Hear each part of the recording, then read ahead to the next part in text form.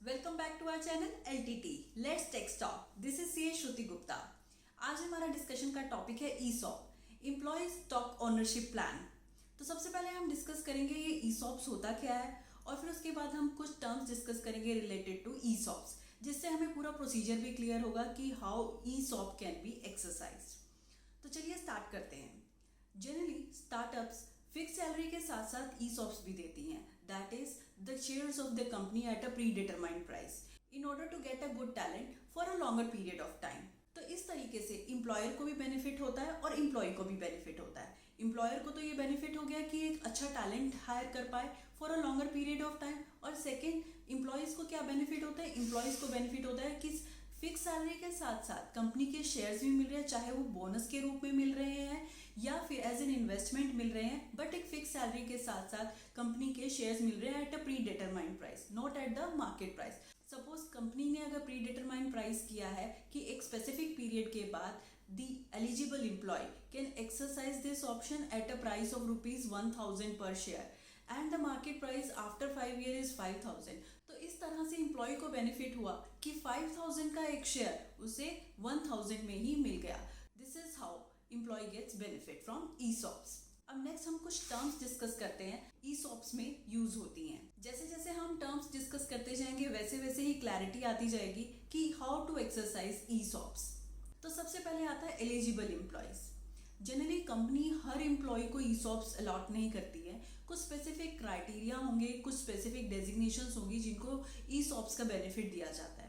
या तो स्टार्टअप होगी तो at the time of hiring दिया जाएगा, या फिर एस्टैब्लिश कंपनीज जनरली बोनस के रूप में भी ESOPs अलॉट करती हैं। तो हर एम्प्लॉयज को नहीं, सिर्फ एलिजिबल एम्प्लॉयज को ही ESOPs अलॉट किए जाते हैं और वो ही एक्सरसाइज कर सकते हैं ESOPs को to convert it into stock. तो नेक्स्ट पॉइंट आता है ग्रांट। ग्रांट मतलब जब ESOPs अलॉट किए जाते हैं जिस भी एलिजिबल एम्प्लॉय को, then that term is known as grant. जब एक बार किसी एम्प्लॉय को ESOPs ग्रांट हो गए हैं, दैट डजंट मीन कि एम्प्लॉय नेक्स्ट डे या तभी उन ऑप्शंस को स्टॉक्स में कन्वर्ट कर ले।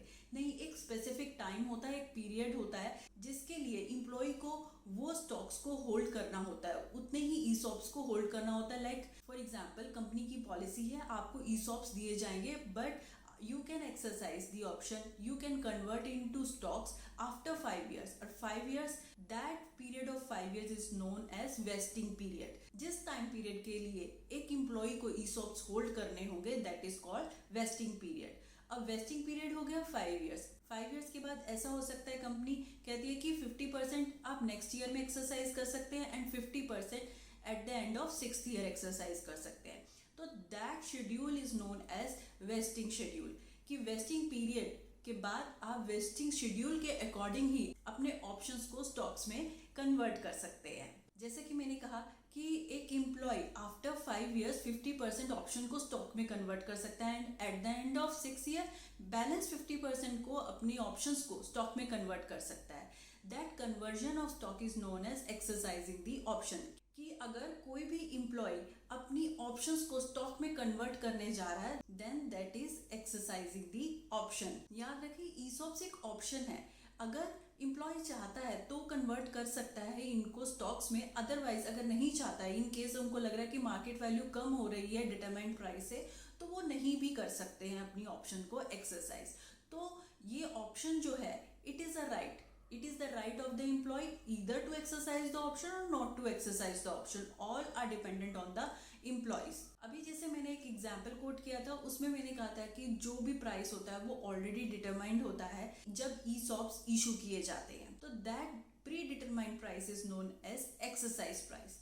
Once the employee decides to exercise the option to convert it into stock, then that stock is converted at a price which is known as exercise price। अब ऐसा नहीं है कि एम्प्लॉय जब भी चाहे आजीवन उस स्टॉक को होल्ड करके रखेंगे।